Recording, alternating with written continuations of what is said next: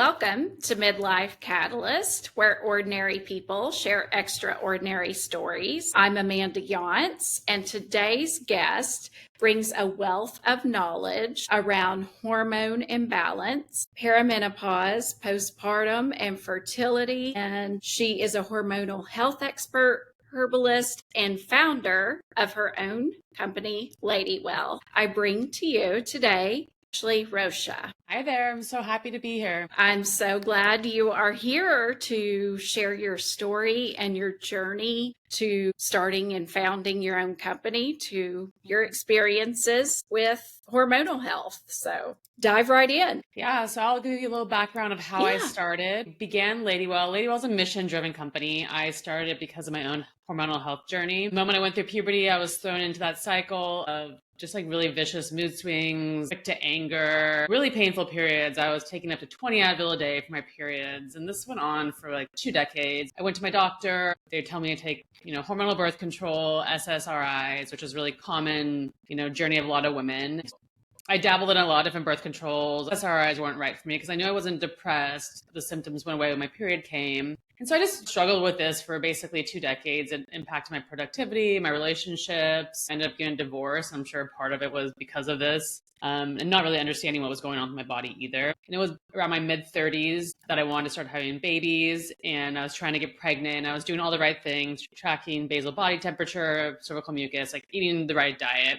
And I was really slow to get pregnant. I was struggling there. And so I started, as many women do when they want to have babies, you really want to do anything it takes. So I started looking at my health and started like really putting the pieces together about my hormones. Women, we know like hormones and fertility are related. So I started like putting my puzzle pieces together, and I realized I had a hormonal imbalance. So I'm an herbalist. I studied herbalism. It wasn't specifically for women's health, but that changed the trajectory of where I was going, because I really know that the plant world has so many amazing herbs and just plants and, things that can help us greatly, that if you go to your doctor, you're not necessarily going to get that information. So I started going to a naturopathic doctor and kind of diving more into my hormonal health and what was going on there. I realized I was estrogen dominant. So I started changing my diet and taking supplements to help me solve these hormonal imbalance issues that I had. And I realized I had PMDD. So I didn't really even know what PMDD was. I didn't know I had it. Just that knowledge alone gave me so much power in how I lived my life and controlling my health. And I was piecing together a lot of different tinctures every day. So I was taking like 20 things. It was kind of complex. And I realized this isn't sustainable for me or any woman. We're all really busy. So I started crafting formulas that simplified all the things that I needed in a formula to solve my PMDD and my fertility. And I created these really powerful formulas that worked so well for me. So I was able to get rid of my PMDD that I had for, 2 decades. Within 6 months, I was feeling so much more better and in control of my cycles. I was able to get pregnant. So now I have 2 baby boys. And that journey, understanding my hormones and fixing my own hormone balances was my life focus, really, because it's what led me to create Ladywell and create these formulas.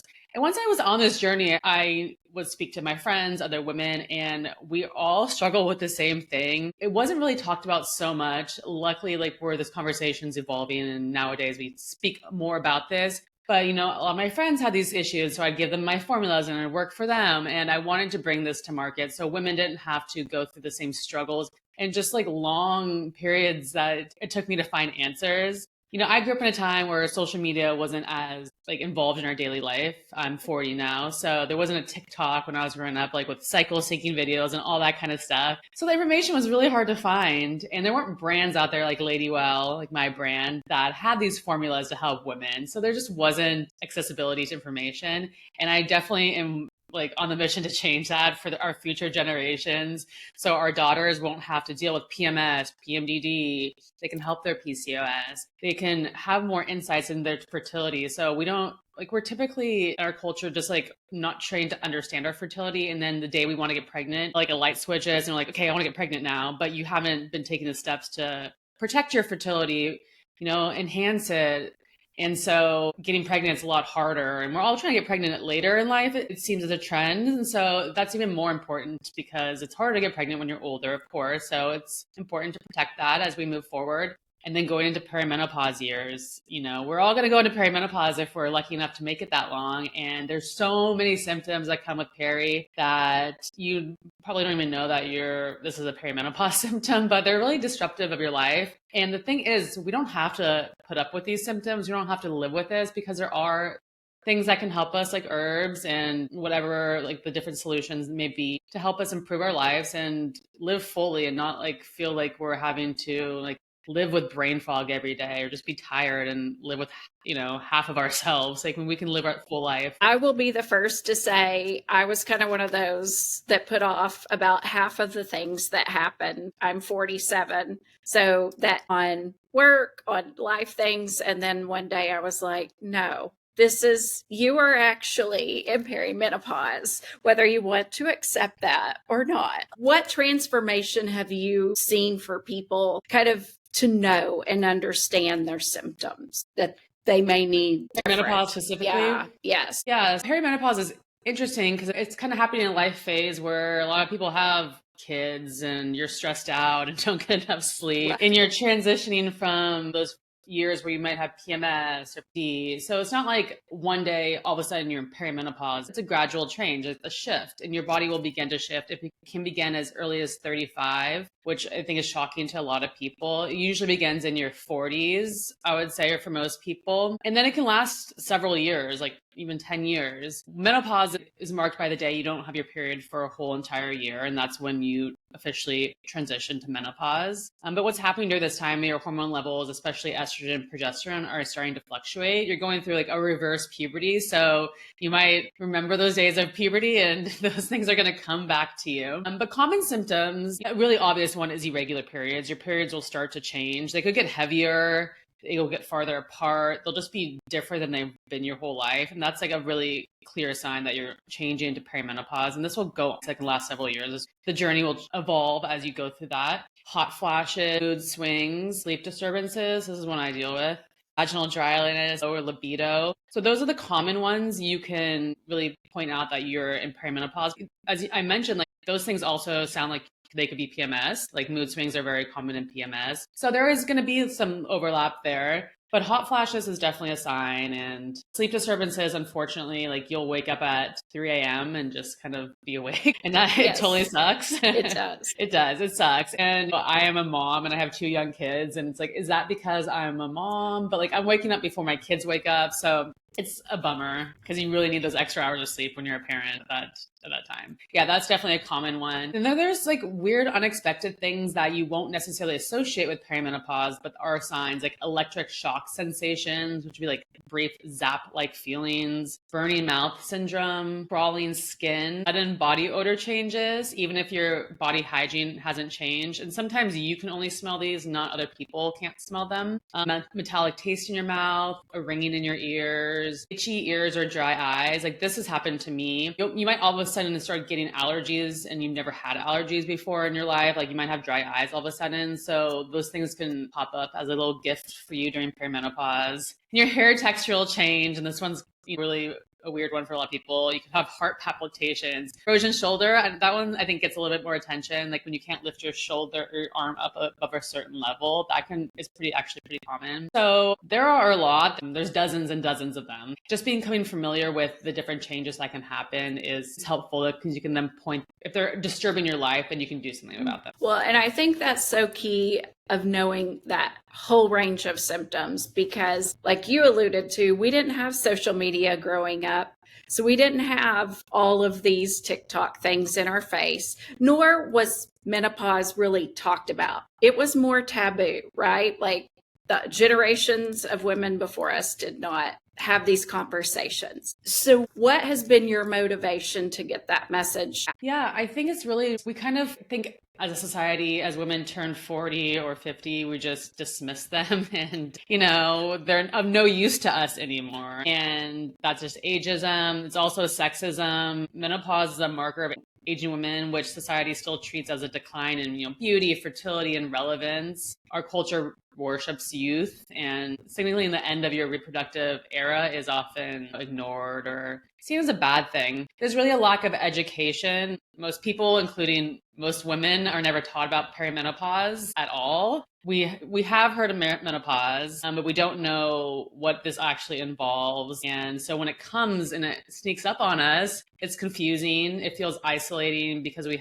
don't have conversations about it in public space. And historically, there's a lot of medical dismissal. So women's hormones issues were brushed off as hysteria or just stress. And so women struggle to get that taken seriously when reporting their symptoms. And that erodes open conversation. But I think there's a lot more doctors that specialize in hormonal health. It depends on where you live in the world, of course, but with telemedicine, like you can find hormonal health doctors and see them online. So there's a lot more people are specializing in. But like mainstream doctors, like weren't traditionally much about menopause. I think they got like one day in medical school, I heard once, which is just not enough. And there's just a lack of studies on women in general. So our hormones were seen to add complications to studies because they would alter the results. So they would remove females from studies. And that's just kind of silly because we're half the population. If something about our body changes the study, that's important to know. So there's just so much stigma around it. And that leads to lack of conversation. And that leads to us feeling like we are the only one having these symptoms or not even knowing what these things are that are happening to our body. And we just don't know that we can control them. But there are so many resources that are coming out lately. Perimenopause and menopause are getting a lot of attention. That Oprah special, the M Factor movie are all great things to see and point to as a mainstream culture is picking up menopause. There's a lot of like celebrity brands out there. I think Naomi Watts has a brand for skincare or something like that. But like, there's so much more attention and resources now. It's just great. How long have you been in business? Because there are so many resources now, but you've started this journey really even before, obviously, Oprah did a special. So yes, you were before Oprah. I kind of came into this at the right time in order to get this brand on its feet. Because if I started this brand like 10 years ago, I don't think the reception would have been as warm to it. People wouldn't understand it. And so it just really happened that I began it when people are ready to receive the message. So that was really great for me. I started formulating, it was a little bit before the pandemic. So I was doing R&D then.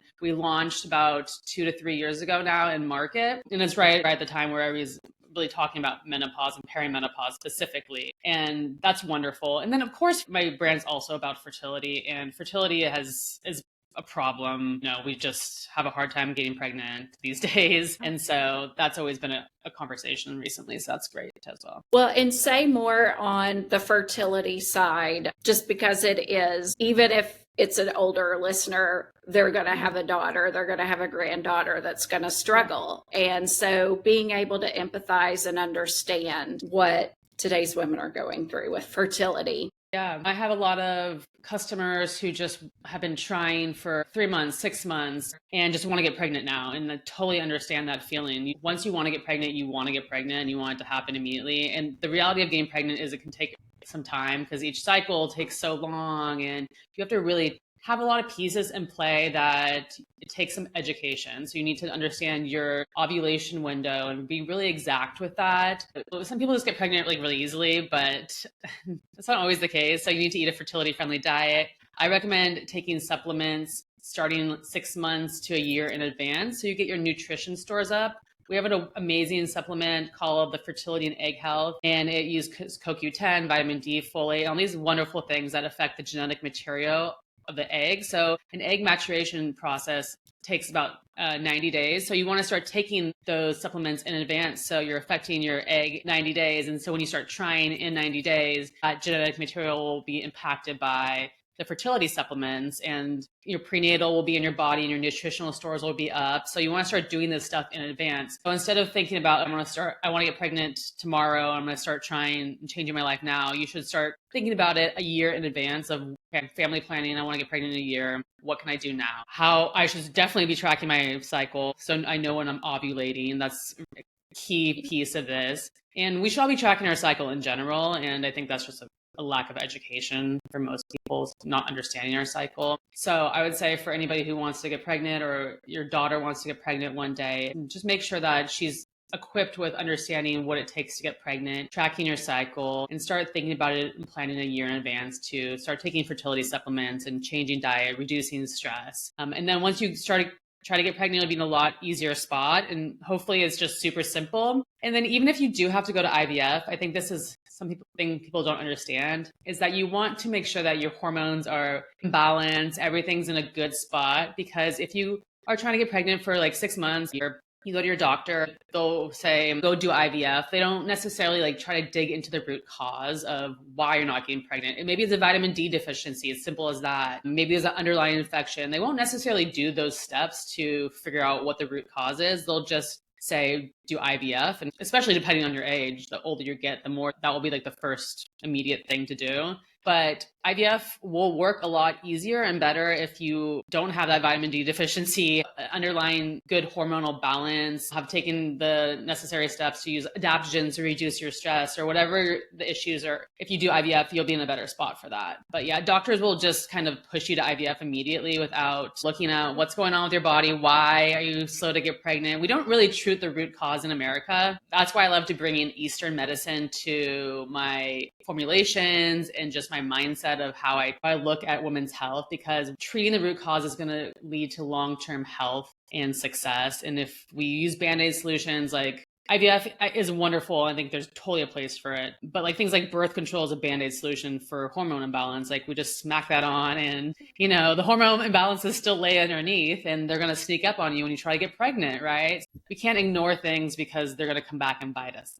Absolutely. And I hear a lot about diet and stress. Would you say those are the two biggest factors that have resulted in the difficulty with fertility? Have you found that? Yeah, stress is definitely a big problem. And that's why with our formulas, we use a lot of adaptogens that help you build resilience to stress, because we can't avoid stress in our lives. I say reduce as much as possible, right? Like we can't assume that we can get rid of all the stress we can. So we can change the way stress impacts our bodies and how we view stress. So with adaptogens, it helps you build the resilience. Like if a stressor comes in, it rolls off your back more. You won't clench up and have that physical reaction, which is what causes the problems in your body. So that's a reason why we use tons of adaptogens. And I totally recommend that for everybody at all life phases. It will benefit from that, but especially people trying to get pregnant. And then yes, diet, but like endocrine disruptors, I would say it's the things that are hidden in our diets and are hidden in our skincare and our foods that are really causing fertility issues.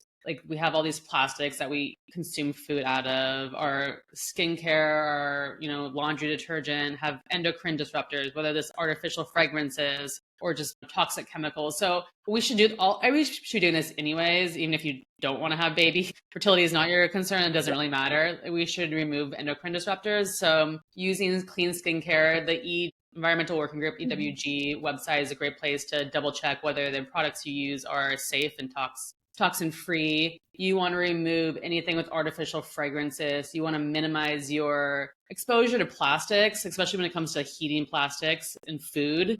It's impossible to avoid all plastics. So it's just trying to minimize that. Get rid of nonstick pans. Like these are like simple things. Use wood cutting boards. Don't touch receipts. That receipt paper is just covered in toxic chemicals. So these little things. But the thing about toxic loads is like you'll feel fine. It's like a bucket that fills up. And once your bucket's full of your toxic load, then it will overflow, right? And then the problems happen. All these things are really hidden and feel like even organic food is more expensive and you feel fine if you don't eat organic food, but eventually that stuff is going to impact you. And it could be a reason why you're having a hard time getting pregnant. You've been eating pesticides your whole life. So it's better to try to clean up your life in general, even if you don't want to get pregnant, but especially if you do. Yes, because all of that is linked to cancer and many other health risks that you're going to encounter in life. I love the EWG app. I have it on my phone. And so when you're out shopping or doing your grocery list, you can scan and know what's environmentally friendly and what to use. So we've moved from fertility to postpartum, which I know hits different women. And again, just like everything else is very individual, but what are your thoughts and concepts to help alleviate postpartum depression? Yeah, so the thing about postpartum is we're, especially our first baby, we're so focused on the birth, the whole entire pregnancy, like that day, because it is like traumatizing thinking about a baby coming out of your body. Like, how is that going to work? But really the game changer is like when you bring that baby home from the hospital. And I don't want to minimize the birth because truly magical. But postpartum, we don't prepare for. We don't really familiarize ourselves with what's going to happen. And it's really hard to familiarize yourself with that time in life because you can't really understand it until you're in it, but you can be prepared to understand that your hormones are going to change, right? You're going to have these huge hormone drops, and you're going to most likely have these different fluctuating levels of baby blues or depression, and identifying when something becomes a depression versus just like a down mood is really important, because if you're feeling anxious, overwhelmed, or unlike yourself for more than 2 weeks, you want to talk to somebody about that, because you don't want it to bleed into postpartum depression that can impact your livelihood and your kids' health, because your mental health matters just as much as your baby. And things that we can do is nourish ourselves with food. So warm, easy to digest foods like broth, stews, oatmeal to rebuild energy. Focus on protein, healthy fats, and minerals to support hormone recovery and milk production. And then stay hydrated. Electrolytes is really helpful. It's really hard to feed yourself. You just don't have that much time. It's kind of amazing how little time you have, even though your baby sleeps a lot. So I think understanding that your hormones are going to drop and what that looks like, it's going to be different for a lot of women, your hormonal journey after you have a baby, because it depends on your breastfeeding journey. It's linked to your breastfeeding. Like once you start breastfeeding, your hormones will definitely change and there'll be another drop there. Normally hormones can normalize within like 6 months after childbirth. So there'll be a journey there of change, and you're going to be super stressed out. You're going to be really tired. And that's where the complication comes in, because you're not really able to give your body what it needs. But if you can prepare in advance by like having food, like a food plan, whether that's like understanding what recipes you need or having frozen foods ready. And then for me, that's another reason why I created the Daily Hormone Balance, which is a supplement for us that helps you regain hormone balance. So I think it's really important to have tools like that at your disposal. You want to take your prenatal, postpartum as well. So I took my Daily Hormone Balance, which is adaptogens, amino acids, vitamins, herbs, all these things that are really helpful for regaining hormonal balance and stress resilience. Like as I spoke about stress resilience for fertility, it matters so much for postpartum as well. Like you're going to be so stressed out with this new baby. So taking adaptogens to help you manage that is really important. So you really want to just support your body, and supplements aren't a magic pill. Like you can't just take a supplement and like expect like your whole life to change, obviously. But they're a tool in your tool belt and like a life hack that is really helpful for all life stages, because our food system is kind of messed up in America. We can't get all the nutrients that we need from our food. And most of us don't have like the perfect diet every day, all day. So supplementing with vitamins and botanicals are super helpful. Like you will not get ashwagandha through your diet. So it's great to just add it in through supplements. That's why I really think supplements are a powerful tool to help women through these hormonal life changes that we go through, whether it's PMS, postpartum,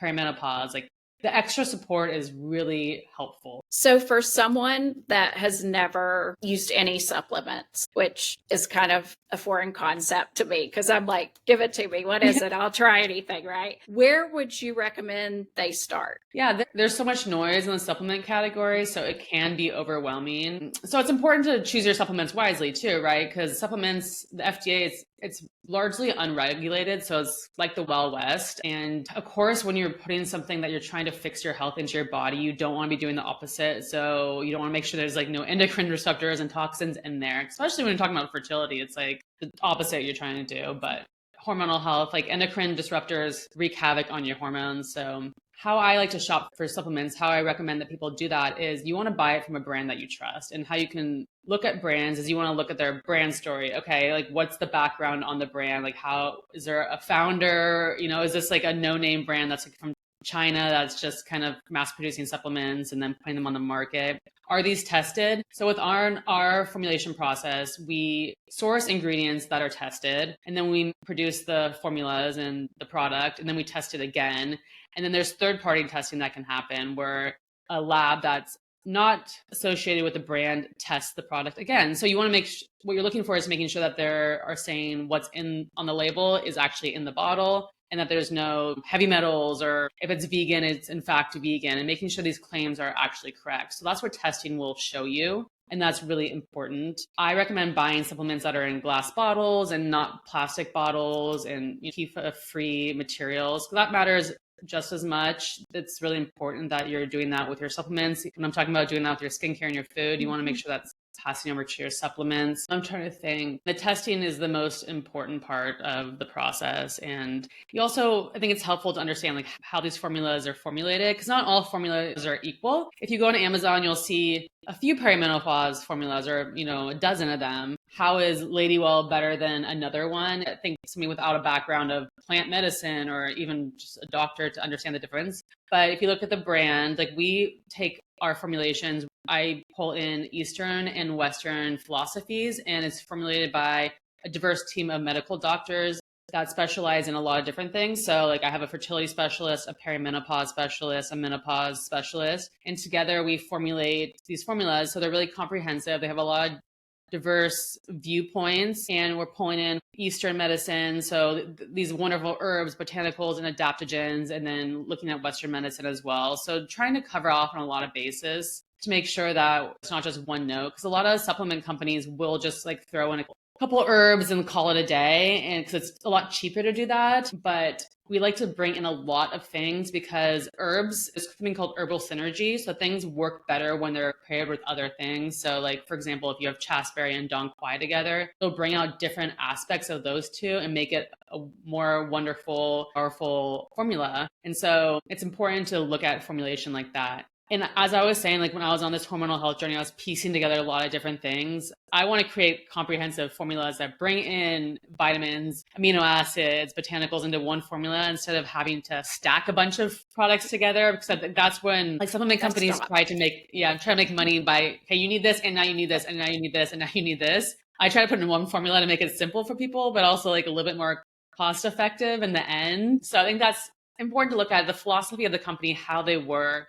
The price point does matter too. Like the reality is I know how much it costs to make a quality premium supplement. And that's what we're trying to do, like create really high quality things at as accessible as a price as possible. If something's really cheap and a lot cheaper than other things, there's a reason why that is. I just can't charge like $10 for my daily hormone balance, where you'll see a $10 supplement for hormones. And that's a red flag. You should definitely stay away from that. Such great information and advice. So you talked about Amazon, but where can people find your products and where can they find more about you? Yeah, so we sell on Amazon, but we also sell on our website, which is a better place to buy because we have better discounts and subscription model. You can find us. Get Ladywell is our URL, and you can shop. And we formulate our formulas, our supplements for life stages. So wherever you're at in your hormonal health journey, we have supplements for those life stages. And then you can follow us on social media. We're on all the media channels, and our handle is at Get Ladywell. Education is super important. As I talked about, like there was just none for me when I was growing up, or just in my teens and 30s. And so it's really important for us to understand our hormones and understand our health. And so we try to provide education and really add value on social media. For your audience, we have a discount code. So Amanda20, you get 20% off any supplements. So definitely use that to shop on our website. Amazing. And I appreciate that. And I appreciate you taking the time to join us today and explain more. I got lots of great tips here. Is there anything else you want to share before we sign off? No, you know what I want to share is I want more women to track their cycles and understand their bodies. I think tracking your cycle will be really helpful in understanding what symptoms you have. And so you can see where these symptoms hit at different times a month and whether they're hormonal or not. And it'll be helpful for fertility years and perimenopause years. And then empowering our daughters, our next generation with that information is really important to me. I am a studier of myself, not just the physical, but emotional and what comes into play when you're noticing those body changes as well. Thank you. And I appreciate you joining us on the Midlife Catalyst Podcast. Thank you so much. Thanks. Great. Thank you for joining the Midlife Catalyst Podcast. I am so grateful to Ashley Rocha of GetLadywell.com to join us today and give a holistic and comprehensive overview of hormone care and wellness. I truly believe in the power of supplements in conjunction with your diet and stress management and everything that goes with that. And Ashley spoke to that so well. If you are looking for a supplement, be sure and check out her company. And if you order, you can use code Amanda20 for a discount. Be sure that you are not only tracking your cycle, but you're tracking your emotions, your mindset, and that stress that is so critical to keep in awareness and how you respond. As always, you liked this episode, be sure to leave a comment or a review, and share it with a friend who could benefit. I know we have male listeners, and do not think this isn't for you, because you have females in your life that could benefit from this information. And the more aware and education we all have, the better off we are in holistically approaching our health and wellness, no matter what age or stage of life. Thank you for joining. I'm Amanda Younts, and remember, AI can do a lot, but it cannot write your life story. Be the author of your own narrative.